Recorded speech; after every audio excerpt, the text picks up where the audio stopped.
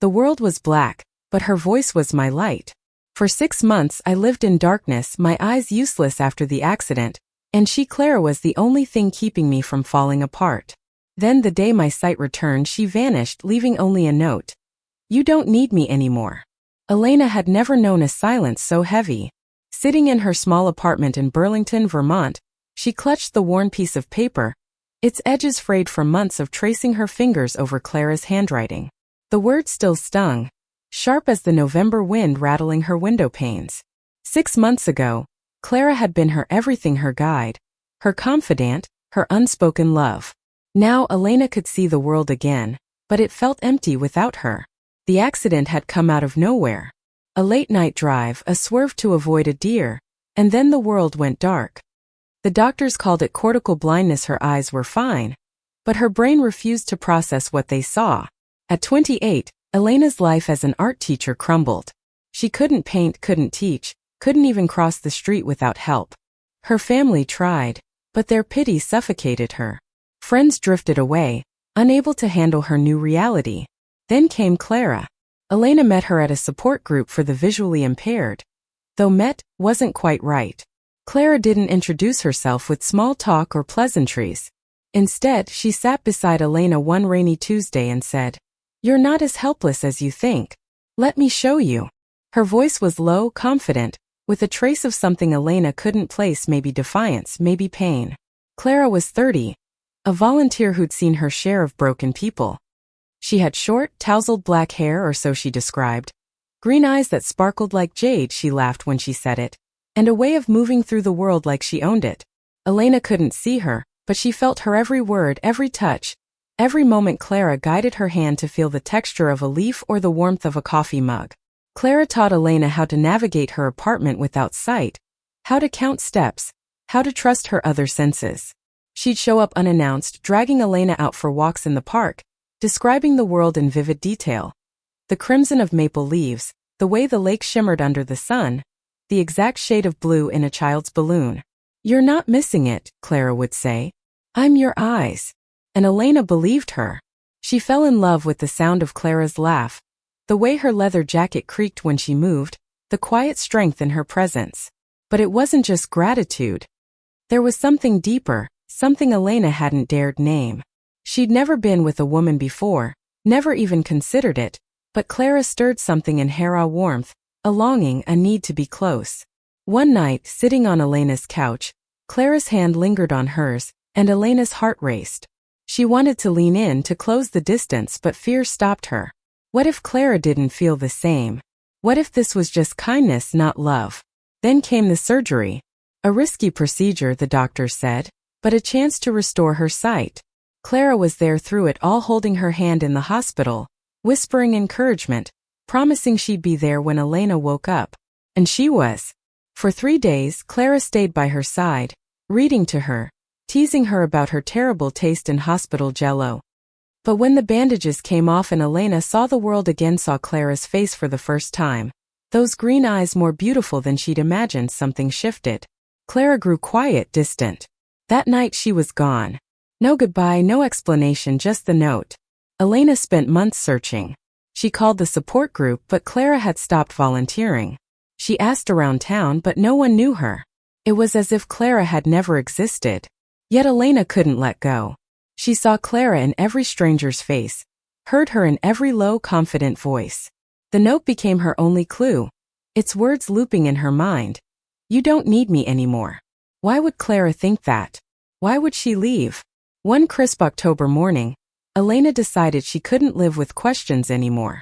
She packed a bag, grabbed the note, and headed to the support group's office, determined to find answers. The coordinator, a kind older woman named Ruth, frowned when Elena mentioned Clara.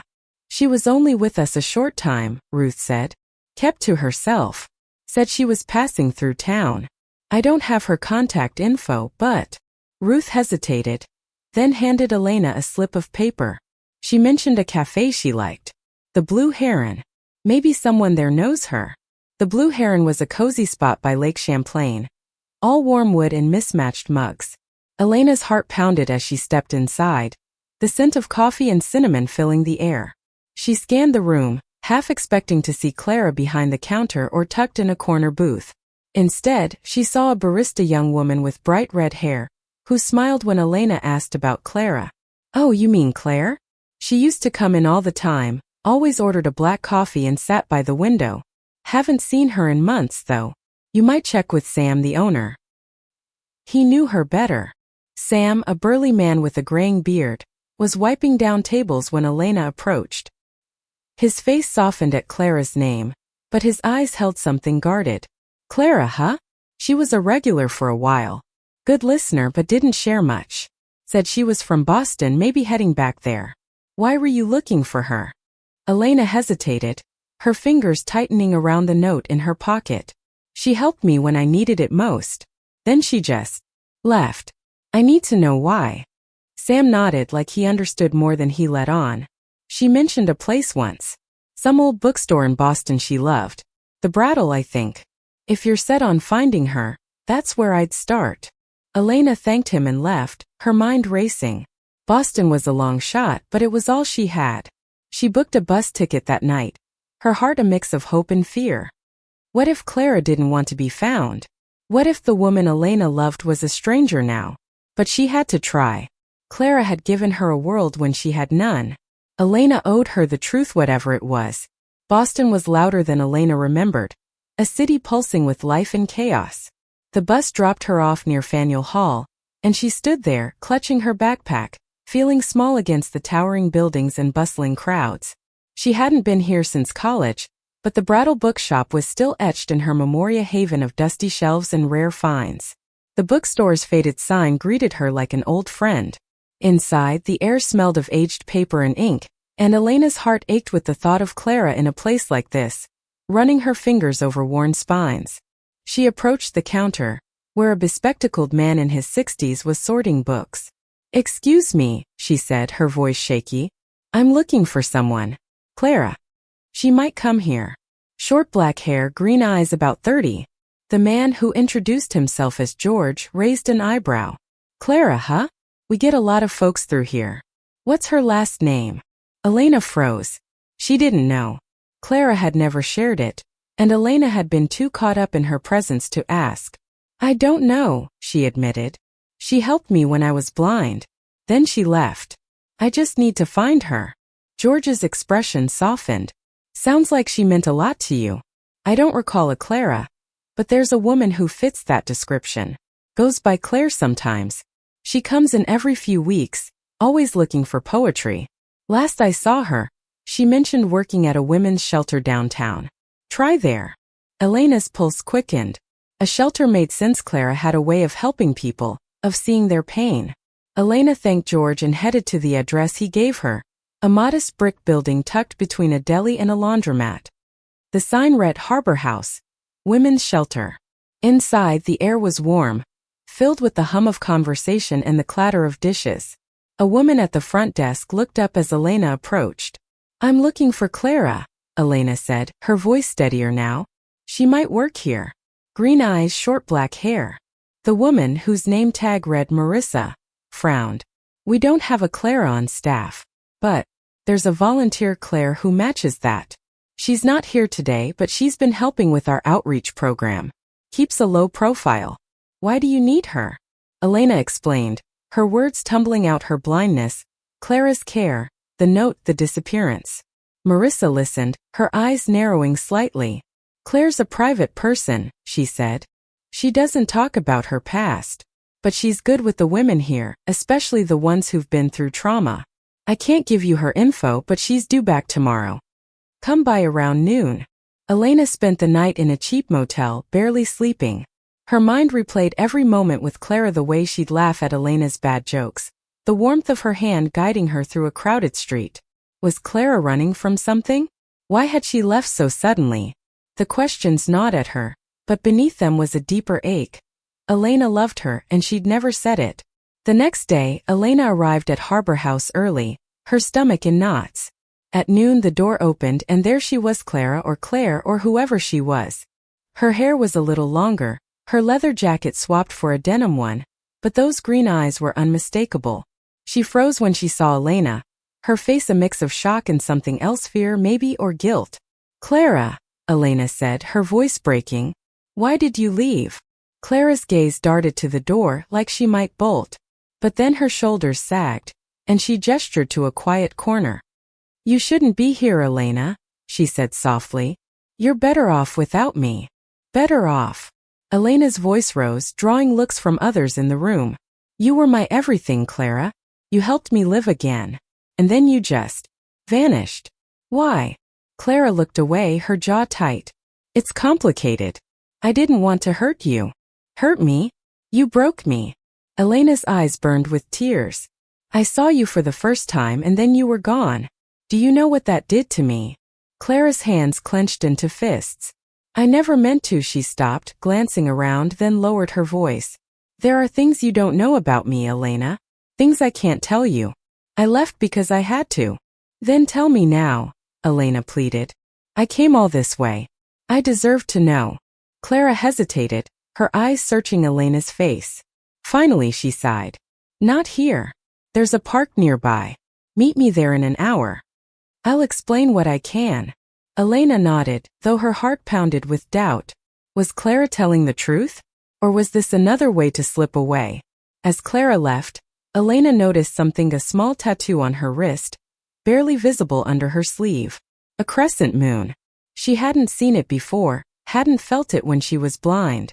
It felt like a clue, a piece of the puzzle that was Clara. In the park, Elena waited, the autumn leaves crunching under her feet. When Clara arrived, she looked different, more vulnerable, less guarded. She sat beside Elena on a bench, their hands inches apart, just like old times. I'm not who you think I am, Clara began, her voice low. My name's not even Clara. It's Claire. I changed it when I moved to Burlington. Elena's breath caught. Why? Who are you running from? Clara's eyes darkened. Someone from my past. Someone dangerous. I thought I could start over, help people like you, keep my head down. But when you got your sight back, I panicked. I thought you'd see me, your ally, see meaned I couldn't risk it. Risk what? Elena pressed. I loved you, Claire. I still do.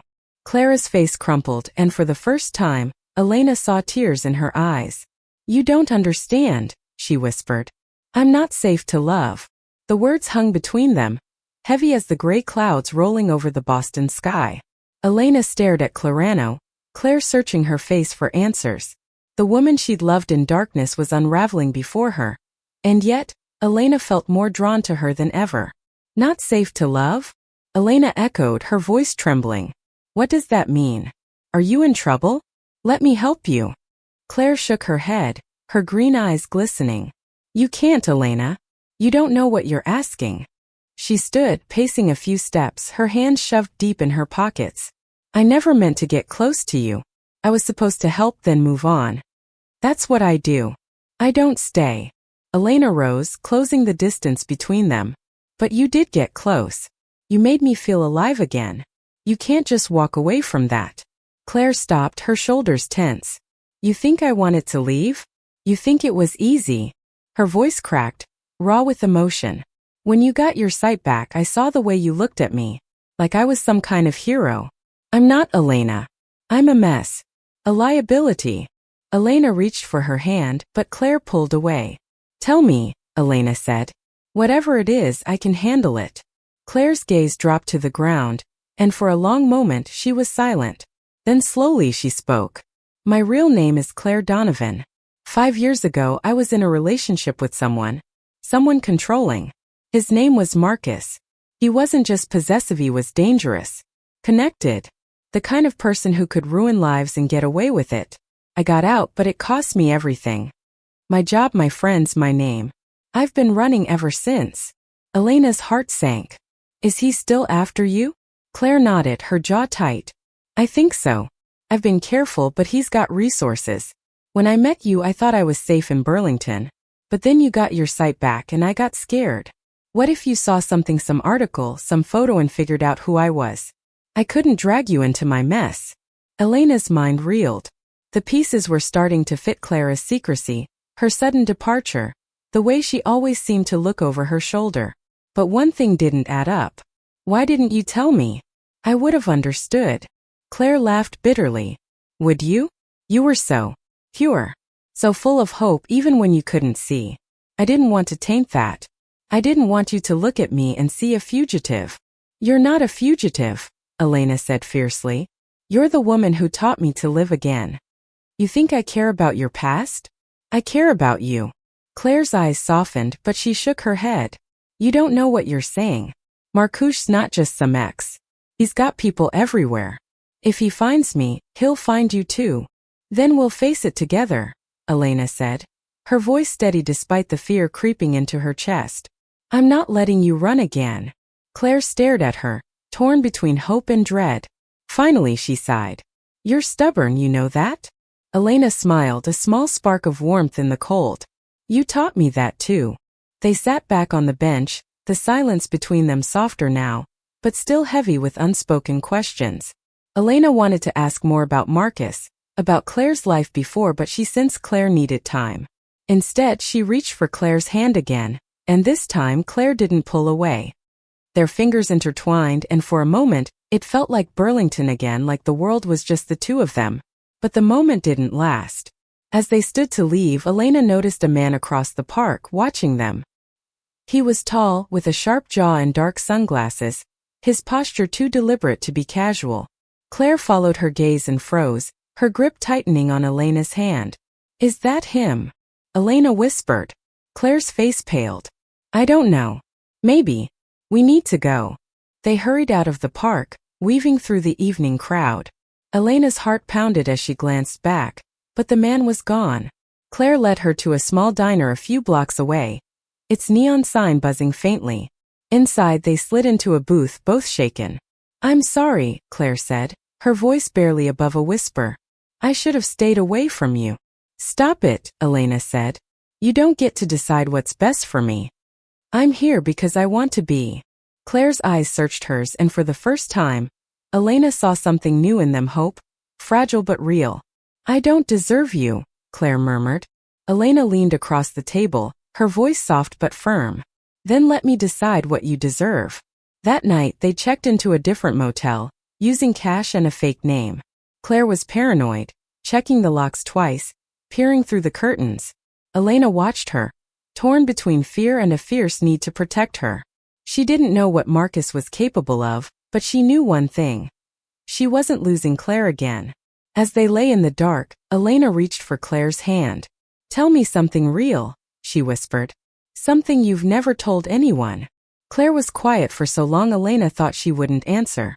Then softly she said, I used to write poetry. Stupid, sappy stuff.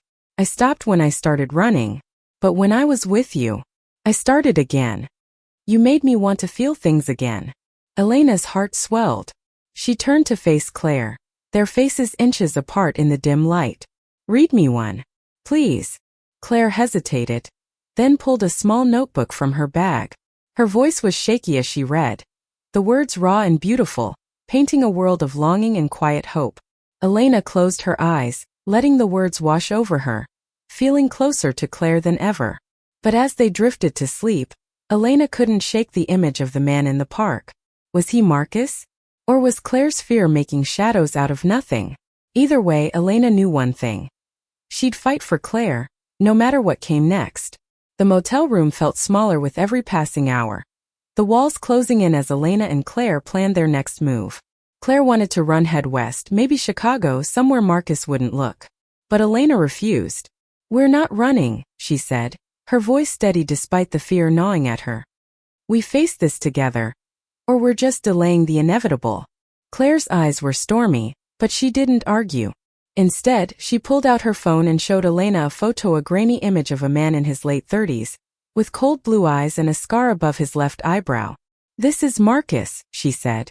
If you see him, you run. Promise me. Elena nodded, memorizing the face.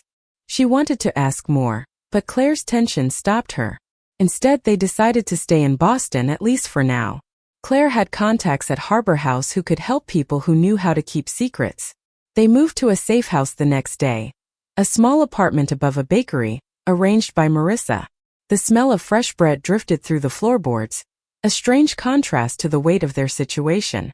Over the next few days, Elena and Claire fell into a fragile rhythm. They cooked meals together, shared quiet moments, and talked about everything but Marcus. Elena learned more about Claire, the way she loved jazz but hated dancing, how she'd once dreamed of being a teacher. Claire learned about Elena's art, her love for bold colors and messy sketches. They laughed, they argued, and slowly the walls between them crumbled. One night, as rain pattered against the windows, Elena couldn't hold back anymore. "I love you," she said, the words spilling out before she could stop them. "I've loved you since Burlington, even when I couldn't see you. And I'm not letting you go." Claire froze, her eyes wide. Then slowly she crossed the room and kissed Elena, soft and tentative at first, then deeper, like she was pouring every unspoken feeling into it. When they pulled apart, Claire's voice was a whisper. "I love you too. But I'm scared, Elena. I don't want to lose you."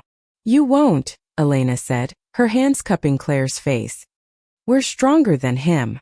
But strength felt fragile when Elena woke to a knock at the door the next morning. Claire was already up, her face pale as she peered through the peephole. "It's Marissa," she said, relaxing slightly. Marissa stepped inside, her expression grim. "Someone's been asking about you," she told Claire. "A man showed up at the shelter yesterday, saying he was an old friend. I didn't give him anything, but he knew your name, your real one." Claire's hands trembled, but she nodded. "What did he look like?" Marissa described him: tall, sharp jaw, sunglasses. "The man from the park." Elena's stomach twisted. "What do we do?" she asked. Marissa handed Claire a burner phone. "Lay low. I've got a friend who can look into him. If he's who you think, we'll figure out how to handle it." The waiting was torture.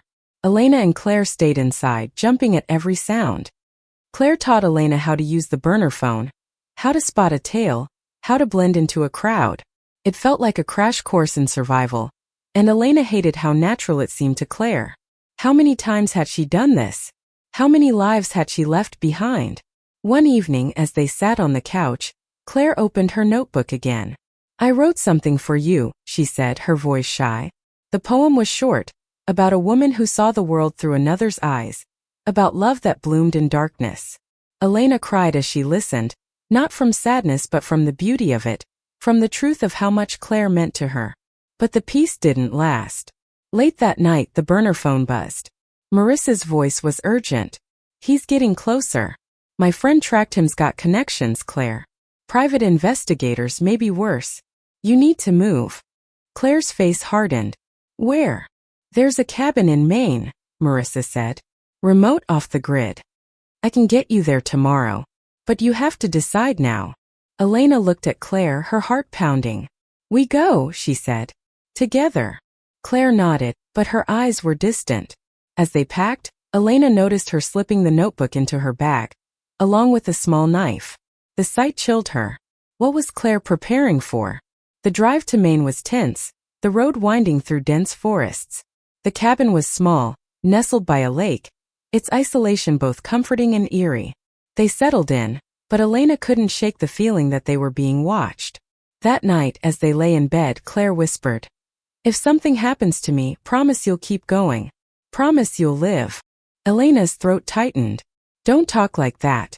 We're going to be okay." But Claire didn't answer. She just held Elena tighter, like she was memorizing the feel of her. Outside, the wind howled, and Elena wondered if Marcus was already out there, waiting. The cabin's quiet was deceptive, a thin veil over the storm brewing inside Elena. She woke to find Claire gone, her side of the bed cold.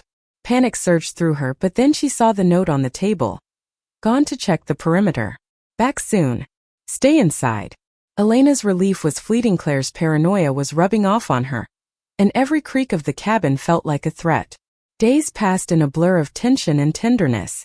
Claire taught Elena how to fish in the lake, their laughter echoing over the water. They painted together, using old supplies they found in the cabin, their hands brushing as they shared a canvas.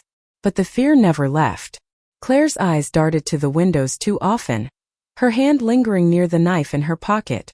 One evening, as the sun dipped below the trees, Claire's burner phone buzzed. It was Marissa. "He's in Maine," she said, her voice tight. "My friend spotted him in a town nearby. He's asking about a woman matching your description, Claire. You need to get out. Claire's face was stone, but her hand shook as she ended the call. We can't keep running, she said. He'll find me eventually. Then we end this, Elena said, her voice fiercer than she felt. We go to the police. Get a restraining order. Something. Claire shook her head. You don't understand. Marcus doesn't care about laws. He's got money connections. The police won't stop him. Elena grabbed her hand. Then we stop him. Together. Claire's eyes softened, but before she could answer, a twig snapped outside. They froze, the sound cutting through the silence like a blade. Claire motioned for Elena to stay quiet and crept to the window. Her face paled. It's him. Elena's heart stopped. Through the window, she saw a figure in the shadows, tall, sharp jaw, sunglasses even in the dark. Marcus. He moved slowly, circling the cabin, his steps deliberate. Claire grabbed the knife, her hand steady now. Stay here, she whispered. Lock the door behind me. No, Elena hissed. I'm not letting you face him alone. Claire's eyes blazed. Elena, please.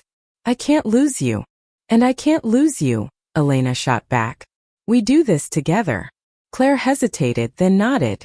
They slipped out the back door, moving silently through the trees. The plan was simple. Get to the car, drive to the nearest town, find help. But Marcus was faster.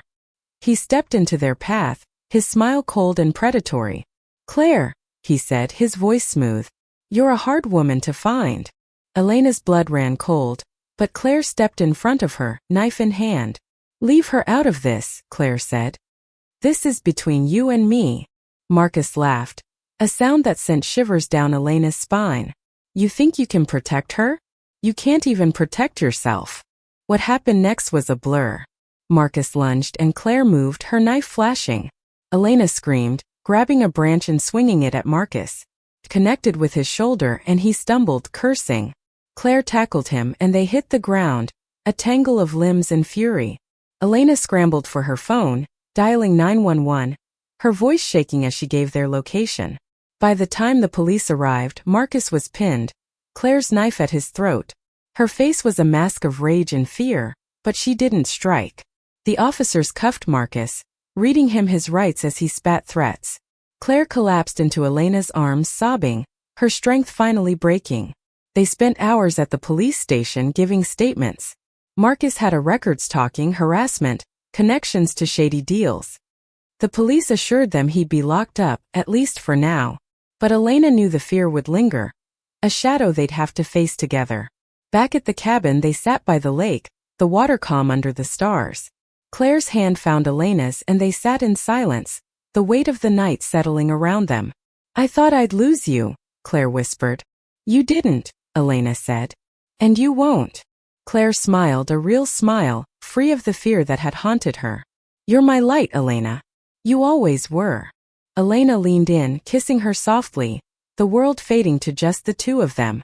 They'd been through darkness, literal and otherwise, but they'd found each other. And that, Elena knew, was worth everything. Years later they'd build a life together, not in Burlington or Boston, but in a small town in Oregon, where the air smelled of pine and the stars felt close enough to touch. Claire wrote poetry again, publishing under her real name. Elena painted, her canvases bursting with color, each one a love letter to the woman who'd given her a world. They weren't perfect, fear lingered, scars remained, but they were together. And that was enough. Thank you for listening.